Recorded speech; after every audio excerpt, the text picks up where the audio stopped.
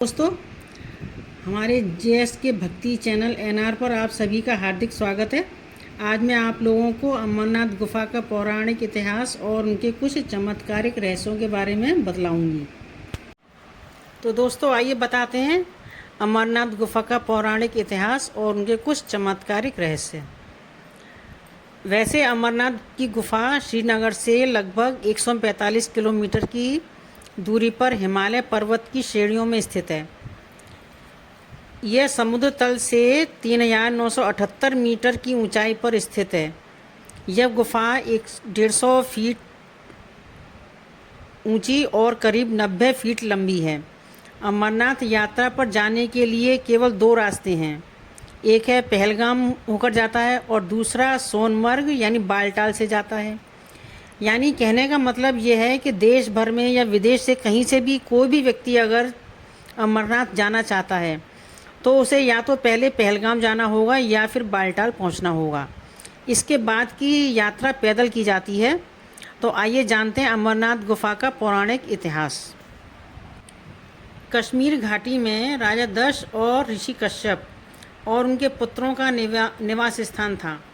पौराणिक मान्यता है कि एक बार कश्मीर की घाटी जलमग्न हो गई थी। उसने एक बड़ी झील का रूप ले लिया था।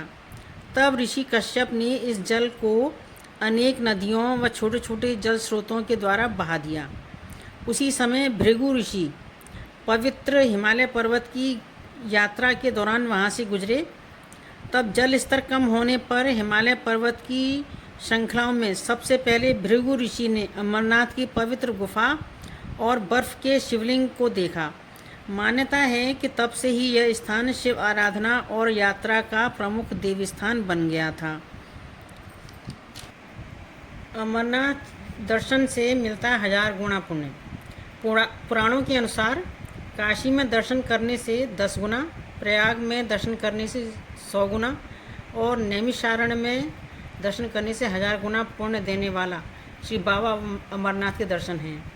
जो कैलाश के दर्शन कर लेता है कहते हैं कि वह मोक्ष पाता है। मान्यता है कि भगवान शिव ने अमरनाथ गुफा में ही मां पार्वती को अमरता का मंत्र सुनाया था। यही वजह है कि हिंदू धर्म में अमरनाथ गुफा का इतना अधिक महत्व माना जाता है।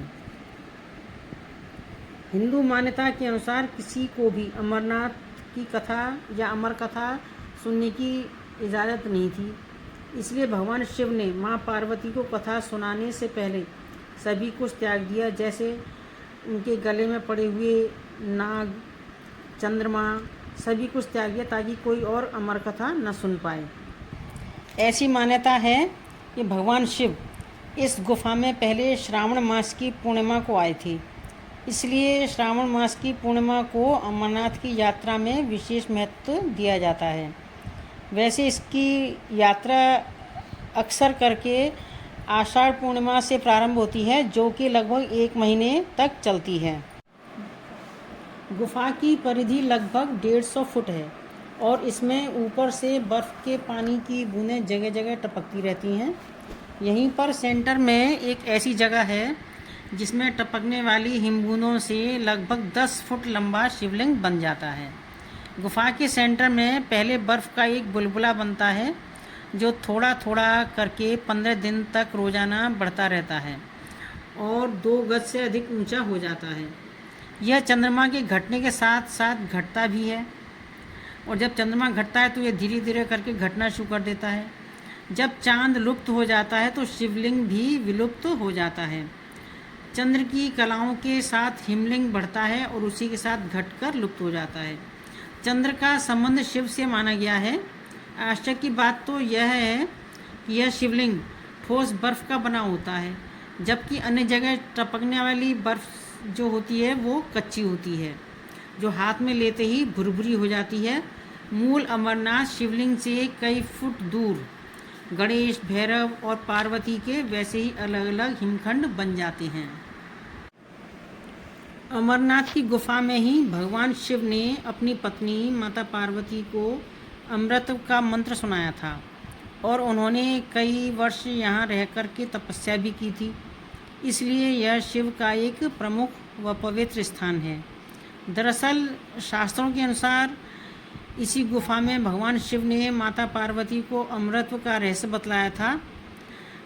तो माता पार्वती के साथ ही इस रहस्य को दो कबूतरों ने भी सुन लिया था, जो कि बाद में सुखदेव ऋषि के रूप में अमर हो गए थे। जबकि गुफा में आज भी कई श्रद्धालुओं को कबूतरों का एक जोड़ा दिखाई देता है, जिन्हें अमर पक्षी माना जाता है। भगवान शिव जब माता पार्वती को अमर कथा सुनाने ले जा रहे थे, तो उन्होंने अपने छोटे छोटे अनंत नागों को अनंतनाग में छोड़ा, माथे के चंदन को चंदनवाड़ी में छोड़ा, अन्य पिस्सुओं को पिस्सू टॉप पर और गले के शेषनाग को शेषनाग नामक जगह पर छोड़ दिया था। ये सभी स्थान इन्हीं के नामों से प्रसिद्ध हैं और आज भी अमरनाथ यात्रा के दौरान रास्ते में पड़ते हैं। तो दोस्तों, आपको हमारी ये वीडियो कैसी लगी, कमेंट बॉक्स में कमेंट करके अवश्य बताएं।